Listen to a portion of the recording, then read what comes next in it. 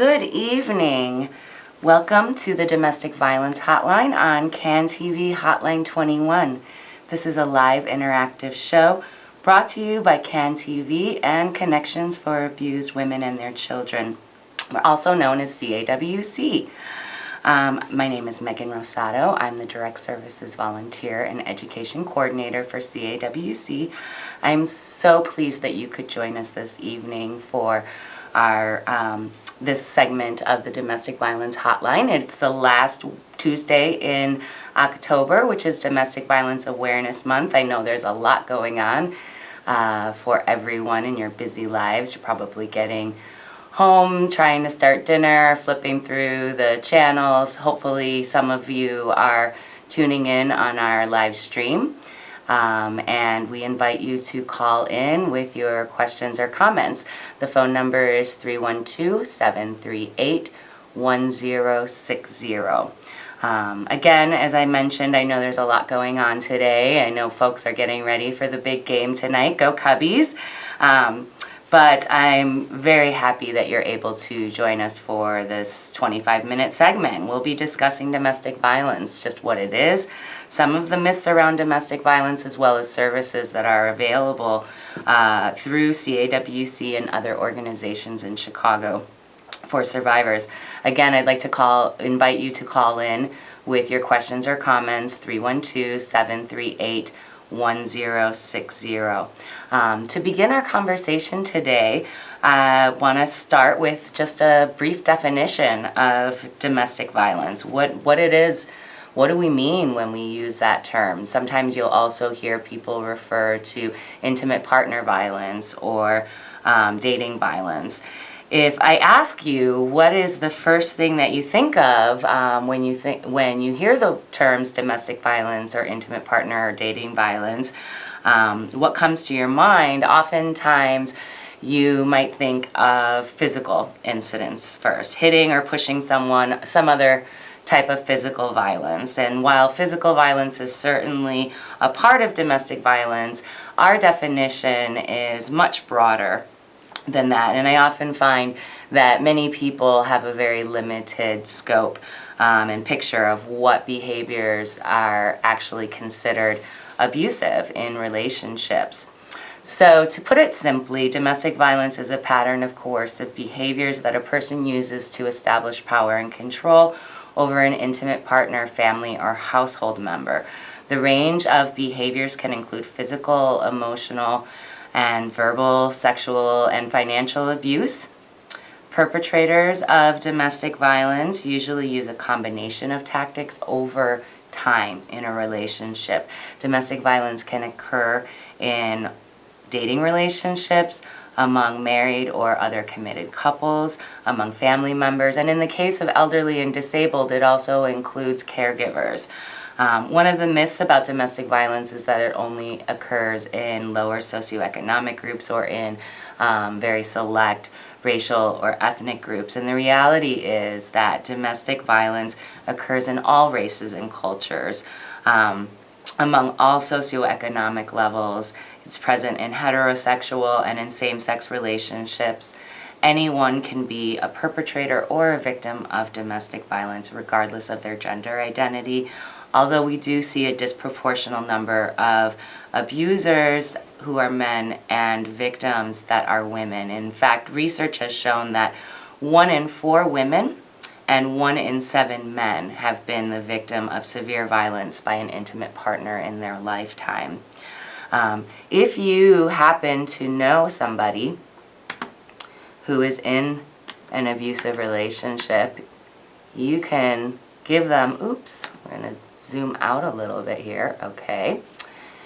You can give them, or you can call in yourself, to our 24-hour domestic violence hotline at CAWC. So you see the phone number here, it's 773-278-4566, and talk to an advocate, trained advocate about your situation, ask any questions, ask about services, both available with CAWC or other organizations in Chicago.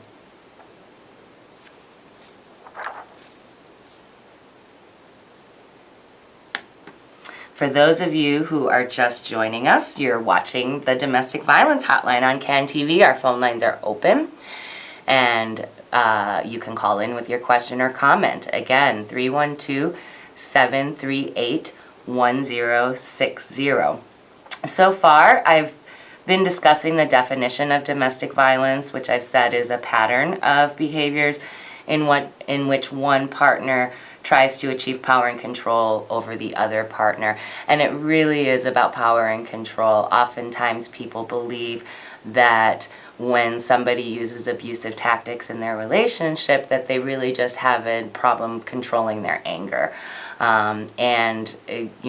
We know that that's not true, because oftentimes people use these behaviors with others in their family relationships or in their dating relationships, but don't use the same tactics in other relationships. So, for example, an abusive partner might have a bad day at work. They don't go off on their boss and become escalated and start yelling and calling them names and smashing things. They might, in fact, come home and use that as an excuse to intimidate or control their partner.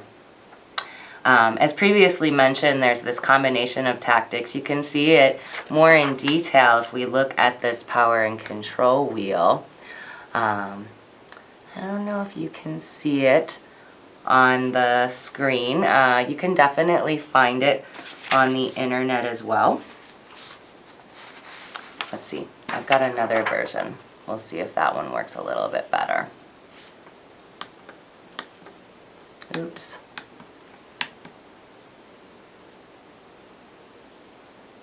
Let it focus. Okay, so when I zoomed out, you can kind of see the power and control is in the middle here, and then on the outside of the wheel, we have the physical and sexual violence. And the reason why is because oftentimes these tactics are actually on the peripheral of the relationship. Not always, but sometimes. And often occur less frequently than some of the other emotional, financial, and other types of abuse, which are very effective ways to intimidate somebody. Using physical violence one time dramatically alters the dynamics in the relationship, and then I can just use intimidation like you see here on the right of your screen. So making the person afraid by using certain looks or gestures, again, smashing things or abusing pets, gestures to reinforce the control, standing in front of the door or the exit, right, blocking somebody's way out when having an argument. We also see emotional abuse that can include put-downs and making someone feel bad about themselves, name-calling, playing mind games and making the victim think that they're crazy. Abusers may try and humiliate a victim or make them feel guilty. Another really powerful tactic is using isolation. They may control what the victim does, who they see or talk to, where they go. They may try and limit outside involvement or use jealousy to justify actions. So, for example, telling somebody that I trust you to go out with your friends, but I don't trust other people to not come up to you, right? You're just so lovely, so amazing, so wonderful, and anyone is going to want to be with you, and I just can't handle that. So slowly over time, the victim may decide, you know what, this isn't worth an argument to go out with my friends. I might as well just stay home with my partner. Going back again, people who use abuse in their relationships often never take accountability for their actions. Instead, they might minimize, deny, or blame. They'll act like the abuse wasn't that serious. They'll say it didn't happen. They'll shift responsibility. For example, saying the victim is at fault, that they started the argument because you brought up a certain subject or talked to a certain person that your partner said that they don't like you talking to. An abuser may also avoid responsibilities by saying they were under the influence of alcohol or other drugs. That's another myth of domestic violence. There is a correlation between domestic violence and substance use. It certainly can be a risk factor. If a victim of domestic violence has been having a few drinks and they get into an argument, certainly it's possible that they may end up with a more serious injury as a result of being less able to defend themselves, or their balance may be being thrown off as a result of the alcohol. An abuser might go past certain boundaries that normally they wouldn't. So if I worked in a partner abuse intervention program with men who were court mandated for counseling as a result of a charge for domestic violence. And this always sticks out to me. One of the participants was there. He would be able to articulate oftentimes that he had thrown a bottle at his partner, and it did not intend to actually hit his partner. He just wanted to make a scene, embarrass his partner. I'm not really sure exactly. He wanted to get his partner's attention, but he did not mean to actually hit his partner. His intention was to throw a bottle at the wall next to his partner and make it smash. He had had a couple of drinks, and so what ended up happening was that when he threw that bottle, his aim was off. And so the bottle did in fact end up hitting his partner, and they ended up with an injury, which then resulted in a trip to the emergency room, to a police report being made, and then this participant ending up in court and eventually in the partner abuse intervention program.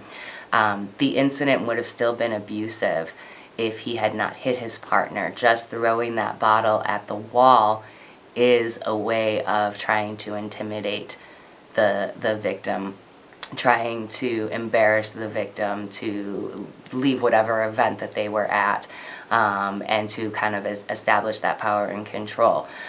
We don't know if there hadn't been an injury, whether or not that incident would have resulted in a police report and the abuser ending up in court in that situation. So I hope that this kind of helps you in understanding some of the issues. Again, we do see this correlation often between substance abuse and domestic violence, but not a causal relationship. The other thing that we know is that there are many people who use violence in their relationships who do not use any substances at all, and they are still abusive. We also know other people who do use substances and violence in their relationship, if they get into treatment for the substance abuse issue or alcoholism, it does not automatically end the violence. In fact, the violence may escalate, and it may create an even more dangerous situation for the victim.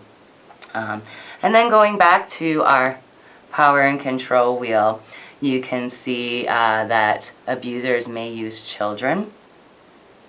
Children are not only affected by the violence, but can also be used as the abuser as a tactic of control. They may make the victim feel guilty about the children or use the children to relay messages. They may threaten to hurt the children or to take the children away. Abusers may use visitation even after the victim has ended the relationship. Oftentimes people say to me, you know what, I don't understand, why doesn't this person just leave and go ahead and understand that they're going to be safer and their kids are going to be safer. In actuality, children are often required to continue a relationship with the abusive parent, whether they want to continue that relationship or not. And so leaving doesn't always equal safety automatically. Sometimes abusers will use their privilege in order to justify behavior or to set up a certain distinction of roles, and this may include acting like the master of the castle or making all the big decisions, treating the victim like a servant. Economic abuse is also very common. It's extremely common for abusers to try and prevent the victim from getting or keeping a job. They may take the victim's money, or they may not let the victim know about or have access to the family income. And then finally, abusers may use coercion and threats, such as making threats to hurt the victim, threatening to leave the relationship. One of the more upsetting threats that I've heard before is the threat to commit suicide, saying to this person, you know what, I can't live without you, and so since you've left me, I just don't know what I'm going to do. I think I'm going to hurt myself, or if you ever left me, I don't know what I would do. And that can be very, very, very powerful manipulation tactic. No one wants to have that on their head. One note that I want to mention is that oftentimes when a victim has left the relationship is the most dangerous time. So oftentimes when victims of domestic violence are thinking about leaving a relationship, it's something that they don't do right away. They plan it very carefully and take their time and are deliberate about it. Unfortunately, again, those threats of suicide are something that we consider a high risk factor. If your partner is saying, you know, I can't live without you, if you ever leave, then the possibility for not just suicide but also homicide increases dramatically. So you can see how domestic violence includes more than just physical abuse, and how it can be very complicated for a victim to leave an abusive relationship because of the control that the abuser has over the situation. Oftentimes when I am conducting education in the community, I hear comments from individuals stating how they would never put up with an abusive partner. One time, first time they're hit, they're gone. They're out of there. And what I find that folks are not considering is that the first hit often doesn't happen right away. Many of these other tactics of control that you see on the power and control wheel are already in place before that happens. In fact, I've spoken to countless survivors that have said that the first incident of physical abuse did not happen until the relationship was already well established.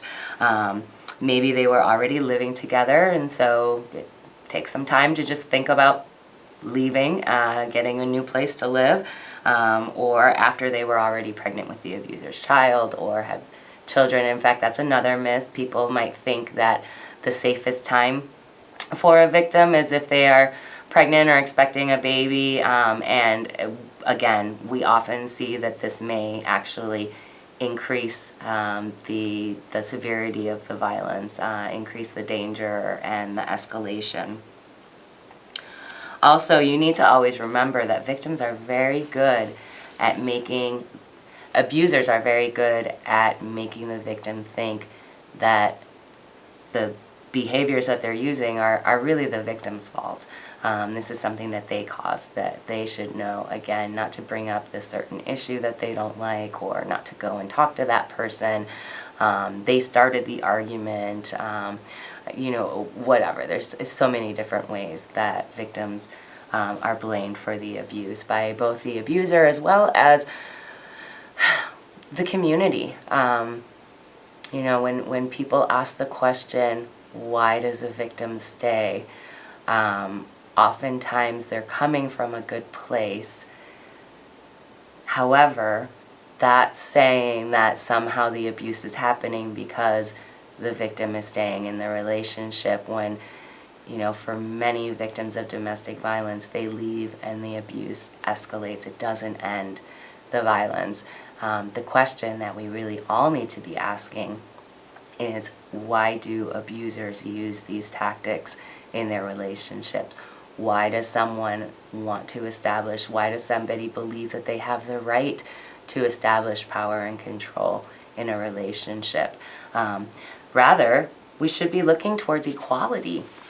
One of the other things that we often use in our education is talking about healthy relationships. So again,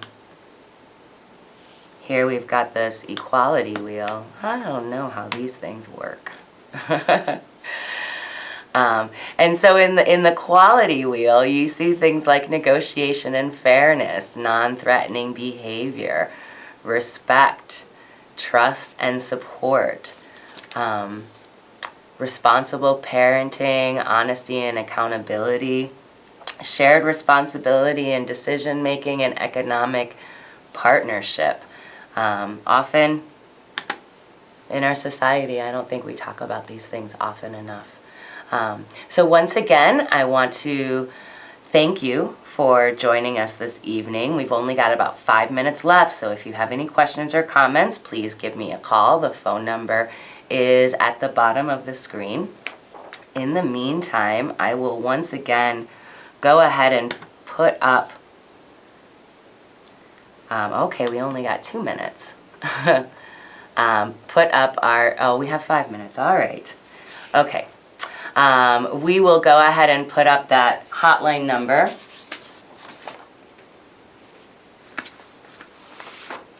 For CAWC. I also want to go ahead and put up this information. As I mentioned, October is Domestic Violence Awareness Month, and so I want to invite you all to our Domestic Violence Awareness Rally happening this Sunday, October 30th at 11 a.m. in Humboldt Park. We are going to start at Roberto Clemente High School on the corner of Western Avenue and Division. We will walk west on Division Street to California Avenue, and then we're going to turn north and walk down California Avenue to where we will end at the 14th District Police Station, which is 2150 North California. So we want to invite you all to come out, bring pots and pans and drums and your voices and your energy to help break the silence and to let victims of domestic violence know that we are there to support them, that they do not have to be silent. You do not have to be silent. There is assistance available. You can talk about what you're experiencing, all of the challenges, and be supported by the community. So again, Sunday, October 30th, 11 a.m. You can also find Connections for Abused Women and their Children on Facebook. We do have a Facebook page, and there is also an event page. If you go onto our Facebook page, you'll find the event page for the rally. And then finally, that hotline number is right there.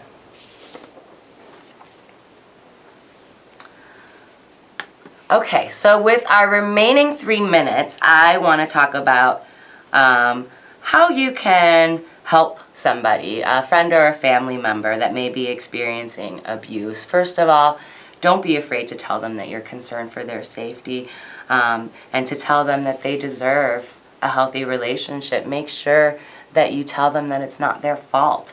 And don't underestimate the number of times you may have to repeat this, because this person has been hearing very different messages from definitely their partner and maybe even other people in their lives. Make sure that you acknowledge the very difficult and scary situation that they're in. Let them know, again, that it's not their fault. Try and avoid making any victim-blaming questions. You know, it's asking them why they stay with a person like that. Maybe it's better to say, you know, I know this is really hard and you really love this person. You deserve a healthy relationship. Let them know that you are willing to help them. One of the myths about domestic violence is that victims are somehow accepting the abuse, and in actuality, they are doing things on a daily basis to try and please their partner so that they are no longer being abusive to them, that they are trying to take steps to increase their safety, and let them know that you're available to help them, that you're there to listen to them.